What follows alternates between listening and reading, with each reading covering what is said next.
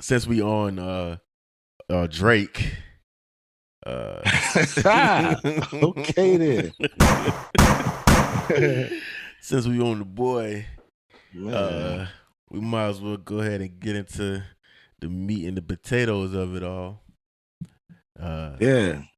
your boy popped back out, made himself seen and known, Yeah, Mister bro. Mister Kanye West dropped the interview. Yay. Interestingly enough, with Noriega, and we'll get into why that's interesting as well.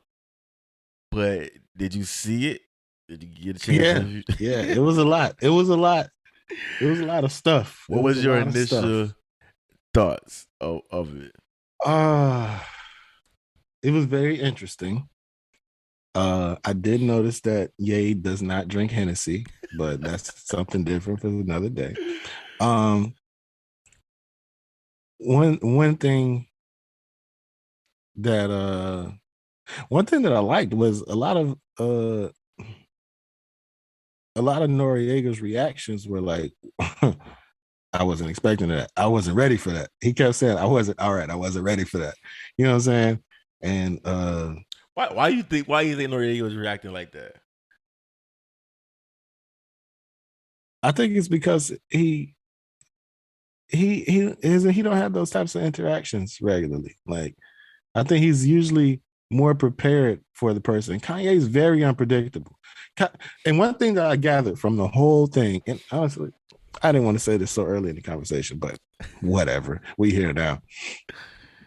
Kanye is kind of that. Like he's stuck in drunk uncle at the family reunion mode. Like he's going to say whatever he wants to say. He's going to say whatever's on his mind. He's going to say it the way his brain told him to say it. He doesn't try to filter it and make it politically correct. He's going to say it exactly the way his brain said it to him. And that is why that's the beauty of Kanye.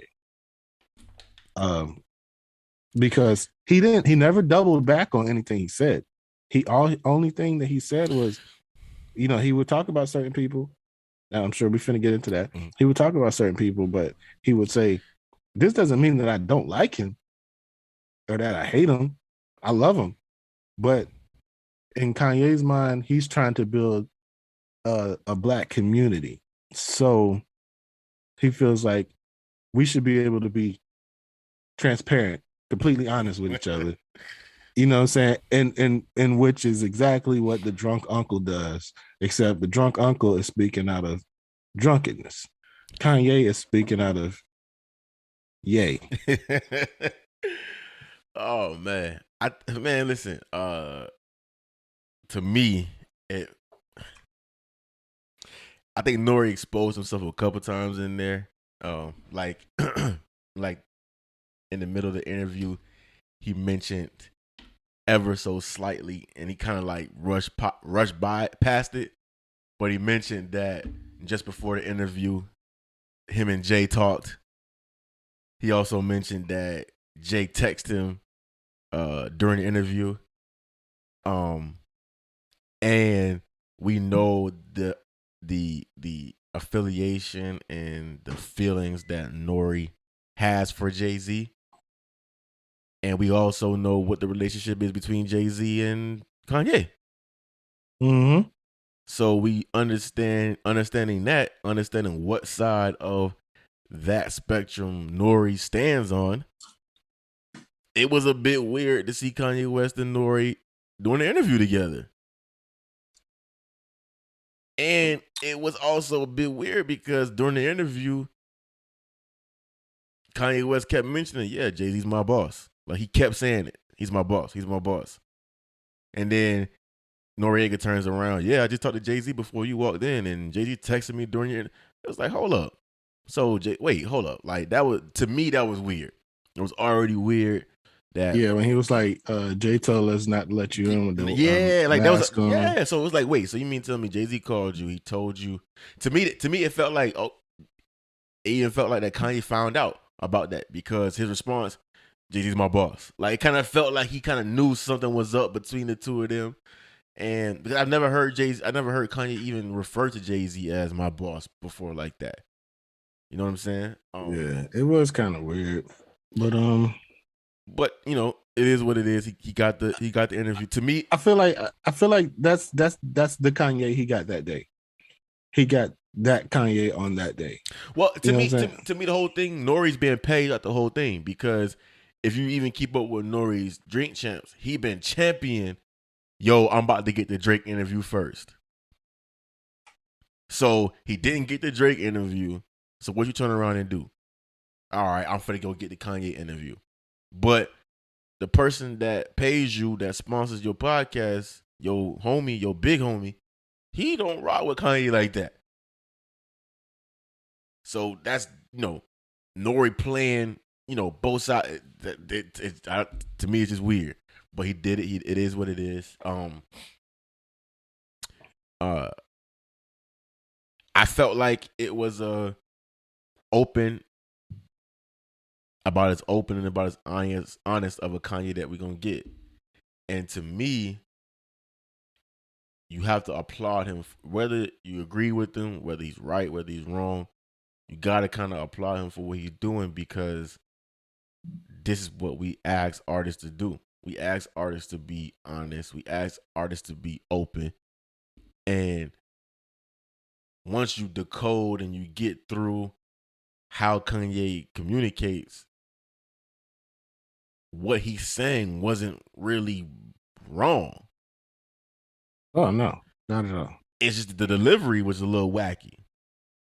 You know, Some of the things Kanye said, like they can't be viewed as wrong because early on in the interview he said that, you know what I'm saying, he already let us know that he's vulnerable to trolling, and you know what I'm saying, you know what I'm saying, it's like when he talked about the Drake situation, right. He was like,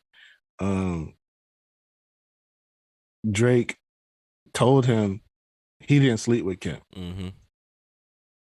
But he never denied it when it was floating around, when it was a rumor. So it's like, you let it float around. He even I would rather you know what I'm saying, I would rather you do it and then just let me deal with that than you just let that live in my head. Yeah, he said Drake was throwing subliminals, even that got your wife in the head and heels, giving her chills. Like, yeah, you know what I'm saying, like. So, but we all know that that's the way Drake is. Drake is like just like he said. Drake's diss records aren't direct diss records. Drake's diss records are, yeah, it's subs. And after all of this, I'm still here to make money. Yeah, those old school diss records don't really make money. Yeah, you know what I'm saying. They run for a little bit and it's over with. Yeah. But I feel like back to back right now in the club, and it's still gonna go off. Even when he said, he was like, I walked into a party with my son and they was playing sicko mode. He said, I got a night where I go on here in sicko mode, and it is, you know, it's messing with me or whatever. But you know, a lot of stuff, you know, a lot of stuff Kanye brings on himself. You know, he's not without fault, especially with the Drake thing. You know, it takes a couple people to make a rumor like that. You know what I'm saying? Kim didn't come out and immediately denounce that rumor. You know what I'm saying? Right. So that's part of it as well. And even when he said, you know, because you can kind of hear in his voice that he's still kind of like unsure about that, because he said that, yo, you didn't sleep with my wife, but you let that rumor fly, you let that feeling fly, and then he was like, and you did everything around it. He was like, was you in her DMs? Was you in her friends' DMs? Was you, you know? So, like, a lot of stuff that Kanye was saying, he was giving us like an inside glimpse of what was going on. You just got to catch it, and then once Kanye told us a lot. Kanye told us a lot without a lot of things that he didn't say. You got to catch it. Yeah, but there's a lot of things that he didn't say. Like that, we learned a lot about Kanye. That he, you know what I'm saying, as far as him having these, you know, feelings, like, you know what I'm saying. Like you said, you didn't say you didn't sleep with my wife, but you let that linger. We know that what he really means is you let that linger in my head. Like, You did. you know what I'm saying? You got me second guessing my family. Like, I'm coming and looking at my family, feeling different. And just about him being jealous of how many times did he mention uh what's buddy name? John Legend, No, Talib Kweli. Virgil. How many times did Oh, he uh, but he admitted that too. He admitted that. yeah. He said I'm human. He said what you expect. Of course I'm gonna be jealous of that, and that was honest. But I did take away that he clearly hates Talib Kweli. He hates John Legend, and he hates Big Sean. I think those things are very. I totally forgot about the Talib Kweli thing until because when he first mentioned him, I was like, oh, I thought he was joking, and then he went back to him, and I was like, wait, and then it started bringing it back to my mind that I forgot that they had a little thing. But that's how Noriega did not forget, and he brought up certain names for certain reasons. Remember last week, Big Sean just came out and said he's no longer on Good Music. Mm-hmm. And then this week we hear about Kanye saying that he said the worst thing he's ever done was sign Big Sean. Yeah. He did give his reasoning. But his reasoning had nothing to do with music. No, but I understood why he's upset. Because he's valid in why he's upset. You my boy. I changed your life. Yes, I put you in a position to change your family's life. Yes. I did all of this for you. Yes. And the moment I do something that you don't agree with, the first opportunity you get, you throwing me under the bus. I get it. I get why he's mad. But you had the choice to not even go that route. Yo, that's my man. He's changing my life. I don't agree with what he got going on, but that's my man. Big Sean did and said what most of us were thinking. Like, okay. But Big Sean shouldn't have been the one to do that. I can agree to that. I agree to that. But he did what he did because he's just as vulnerable and emotional as Kanye. But I will say that it's convenient for Kanye to lean on that now that Big Sean is out of that contract. And also, I'm sorry. Also, Big Sean said that he's been with Ye hanging out since that interview. Yeah. He did say that. He said they was at a party and he had that type of energy for him. But that's Kanye. The interview hadn't dropped yet. So he had no obligation to really show you any type of different energy. That's Kanye. That's Kanye. You're right. That's textbook Kanye. And I get it. But also, you saw Sean's tweet. Now he can't wait to get on Drink Champs. Yeah, true. But Big Sean has never been that type of dude. So it's interesting that he did that and said that. That's gonna be interesting to see if Nori even. It's gonna be interesting to see because like him and Kanye are more alike than we would like to think. It's even interesting to see if Nori even plays into that because again he probably won't. But now Sean's in album mode. Remember that. Hopefully it's a good album because what he's been dropping lately has been. But here you go. You haven't even listened to your favorite artist album, but you want to talk about talk about Big Sean. But anyways, Sean is he's more, him and Kanye are more alike than they are different. So, and like I said, he's in album mode right now. So of course he's any opportunity he gets. The world already saw the way Kanye talked about him. He's finna go on a run. And that's all he gonna be. All he gonna be doing is. You hope he gonna go on a run. Yeah, a little loopy, a little loopy because I was with him and he didn't have that energy. We're gonna see. We're gonna see. It's gonna be interesting to see. And just like Kanye said, we there's too many people depending on us. What you gonna do? I don't know. It's interesting. Um, But overall, I enjoyed the energy. The whole John Legend thing threw me for a loop. I didn't realize he had that type of energy for John Legend. But it felt like once Ye got a little bit sauced and he got a little bit of that weed in him, he was he let loose and he kind of went in on John Legend a little hard. Yeah. But it was funny. But he let us in on a lot. He was open. He was honest. You just had to.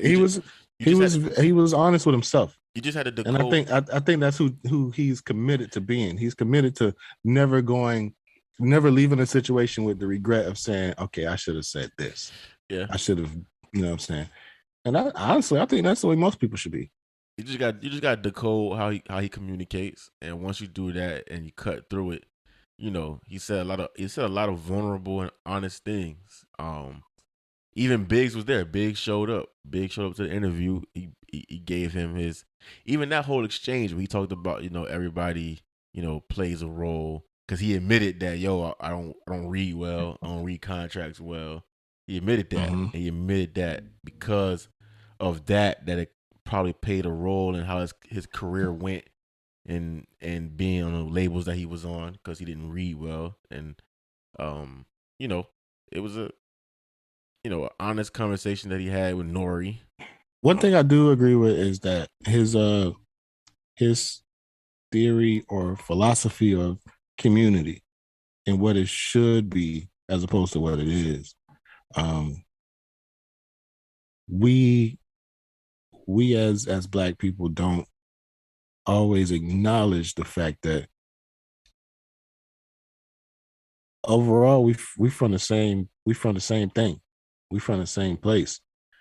And we shouldn't view one of us being successful as a competition. And like Nori said, being jealous isn't always a bad word. It's not always a bad thing. Sometimes it's envy. It's the envy. Sometimes, yeah, you know what I'm saying. Sometimes it's I see what he's doing. I want to be just as good as him. Or I want to have the things he has. It doesn't mean I want to take it from him.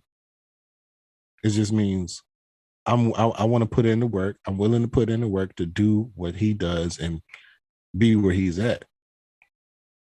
And so I do feel like Noriega knew or led things a certain way for certain reasons, but also I believe that Kanye, like we said, he was very transparent and very open, and he left that interview with no regrets.